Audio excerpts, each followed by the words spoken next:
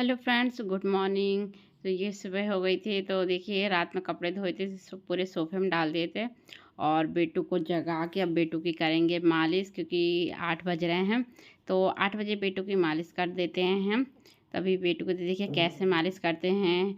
और C section हुआ है मेरा और अभी 1.5 मंथ हुए ही हैं। तो चलिए दिखाते हैं कि आज मैं बेटू की मालिश कैसे करती हूँ। आप लोग कैसे करते हैं ज़रूर बताइएगा, और क्या नहीं की वो भी चीज़ बताइएगा। तो ये देखिए मैं एक एक करके पूरे तेल कर रही हूँ, क्योंकि मैं अधिकतर जैतून के तेल से करती हूँ। तो चलिए पहले बेटू को गर्म पानी से अच्छी तरह से पोंछ लेते हैं। तो बेटू के एक एक करके कपड़े उतारते, देखिए जग भी रही है और सो भी रही है, ये दोनों चीज़ कर रही है और देखती भी जाती है। तो ये देखिए धीरे धीरे करके कपड़े उतार रहे हैं और ये देख कैसी रही है। तो चलिए सबसे पहले इसको गर्म पानी से, और गर्म पानी बहुत ज़्यादा नहीं होना चाहिए, ना ठंडा होना चाहिए, तो मतलब स्किन में हल्का वो नहीं, स्किन इतनी सॉफ्ट रहती है। तो चलिए एक रुमाल लिया है मैंने, रुमाल भी हमने बहुत सॉफ्ट लिया है। तो कॉटन की जगह आप रुमाल का यूज करिए, जो बहुत ही सॉफ्ट रुमाल होती है। नहीं तो कोई कोई कॉटन का कपड़ा यूज करता है तो वो सही नहीं है। तो आप सॉफ्ट रुमाल लीजिए और हल्के हल्के हाथों से उसका मुंह, हाथ, पैर अच्छी तरह से सभी पोंछिए। ये हल्की हल्की आवाज़ भी कर रही थी थोड़ा थोड़ा सा। तो धीरे धीरे मैं इसको अच्छी तरह से पोंछ रही हूँ और देख रही हूँ कि कहीं गरम गरम ना लग जाए बेटू को। और बेटू से बात भी करती जा रही थी। तो ये मेरा सी सेक्शन हुआ था, उसके बाद 1 महीने बाद मैं इसकी मालिश करना चालू कर दी हूँ।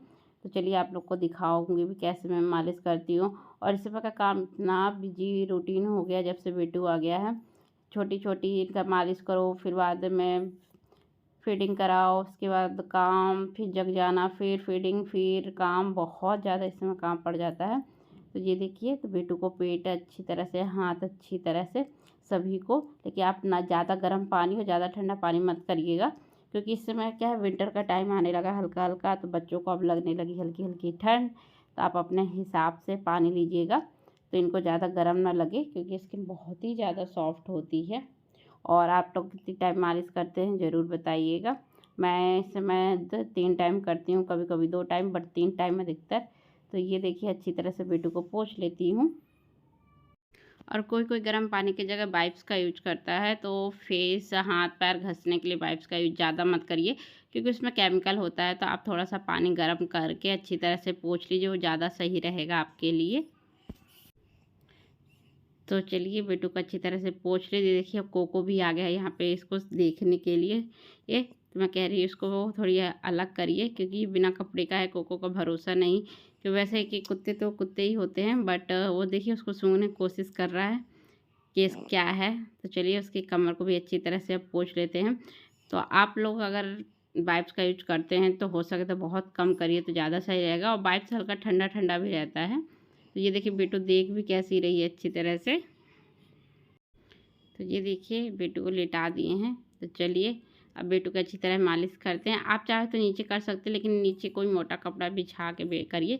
मैं अधिकतर बेड में करती हूँ। तो ये देखिए मैं पैर से स्टार्ट कर रही हूँ, और इसे कैमरा लगाई तो बेटू पहले उसको देखती है, फिर ऊपर देखती है।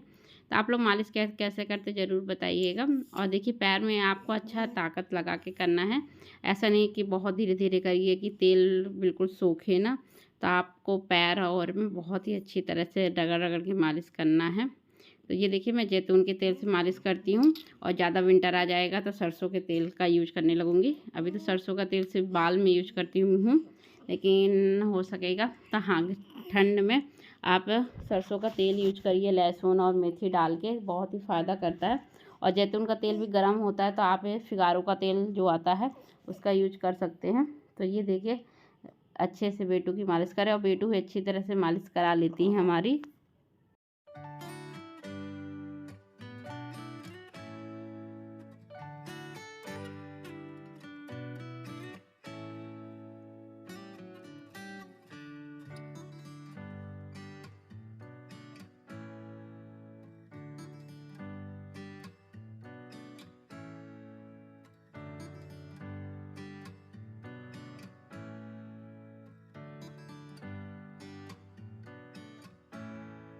मेरे फ्रेंड्स आज मेरा सब काम कुछ कुछ काम तो हुआ है, और बेटू की मालिश कर दिए थे। तो बेटू हमारी देखिए सो रही है झूले में।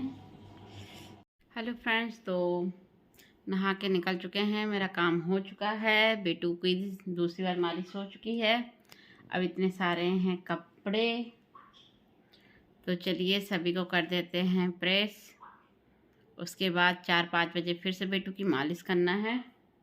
तो बेटू की मालिश से 2 से 3 बार हो रही है इस समय। तो चलिए प्रेस कर लेते हैं इनके कपड़े में। बहुत दिन से इनके कपड़े रखे हैं, सभी को अच्छी तरह से प्रेस कर देते हैं। चलिए जब तक मेरा प्रेस भी गर्म हो रहा है, बेटू को देख लें एक बार, क्योंकि बेटू को झोले में डाल दी हूँ मैं।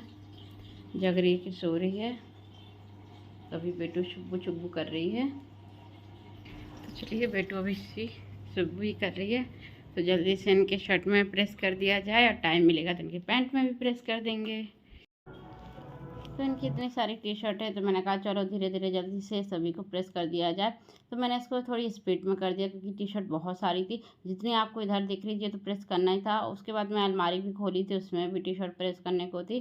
तो बहुत सारी टी शर्ट प्रेस करनी थी, तो जल्दी जल्दी से देखिए स्पीड में कर दी हूँ, और जल्दी जल्दी सभी को प्रेस कर देती हूँ, क्योंकि रुए निकल आ रहे थे। बहुत दिन से इनके कपड़े में प्रेस नहीं हो पाया था, मैं हॉस्पिटल में थी। तो सभी कपड़ों को एक लाइन से प्रेस कर दे रही हूँ, क्योंकि रुए निकल आते टी शर्ट में तो अच्छी नहीं लगती हैं। तो सभी को अच्छा गर्म करके कर दे रही हूँ। कोई टी शर्ट में प्रेस नहीं करता। मैंने इतने सारे टी शर्ट पूरी प्रेस कर दी हैं, जीन्स करूँगी कल। तो चलिए बेटू को देखती हूँ क्या कर रही है। अगर जग रही होगी तो मालिश कर दूँगी, नहीं तो चलिए जाऊँगी खाना बना लेती हूँ, नहीं तो बेटू फिर खाना बनाने नहीं देगी। तो चलिए सभी को रख देते हैं अलमारी में, प्रेस बंद कर देते, थक गए। तो चलिए मिलते हैं थोड़ी देर से। ये क्या कर रहे हो कोको? अच्छा, वो पैर में चढ़ के खेलने को करता तुम्हारे साथ। ये देखो लड़ना, इसको क्या क्या सूझता है कोको? तुमको क्या सूझता रहता है दिन भर?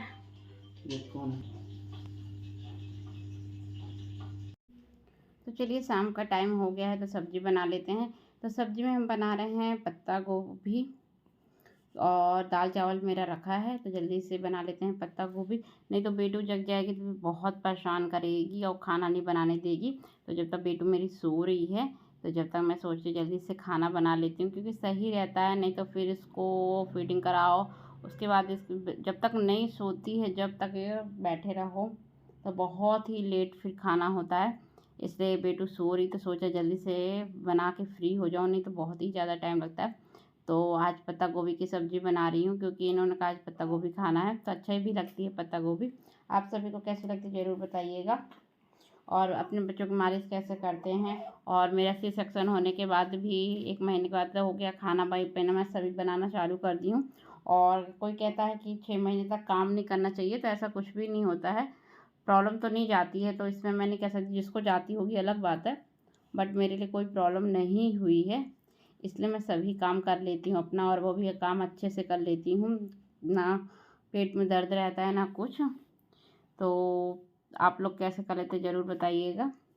तो चलिए जब तक मेरी सब्ज़ी बन रही है, तो एक बार बेटू को भी देख के आते हैं क्या कर रही है। बेटू सो रही है, सब्ज़ी बन के हो गई है मेरी तैयार, देखिए। तो जल्दी से इसको तल लेते हैं एक लाइन से जल्दी से। तो चलिए अब खाना बन गया है, तो इनको जल्दी से खाना निकाल देते हैं। तो एक में निकालेंगे दाल, एक में निकालेंगे दही और सब्जी, रोटी, दाल चावल। तो चलिए खाना निकाल देते हैं। और आपको ब्लॉग कैसा लगा और मेरा बेटू का मालिश का कैसा लगा ज़रूर बताइएगा।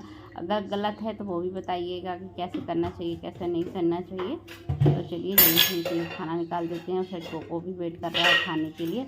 तो अभी मेरी बेटी सो रही है, इसलिए लगे हाथ में इनको खाना भी दे रही हूँ, और क्योंकि बर्तन वर्तन धो के रख लूँ बेटू को जगने से पहले। और ब्लॉग कैसा लगता है ज़रूर बताइएगा। ब्लॉग में पर डे लाऊँगी।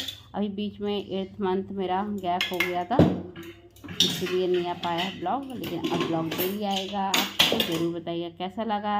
Bye, good night.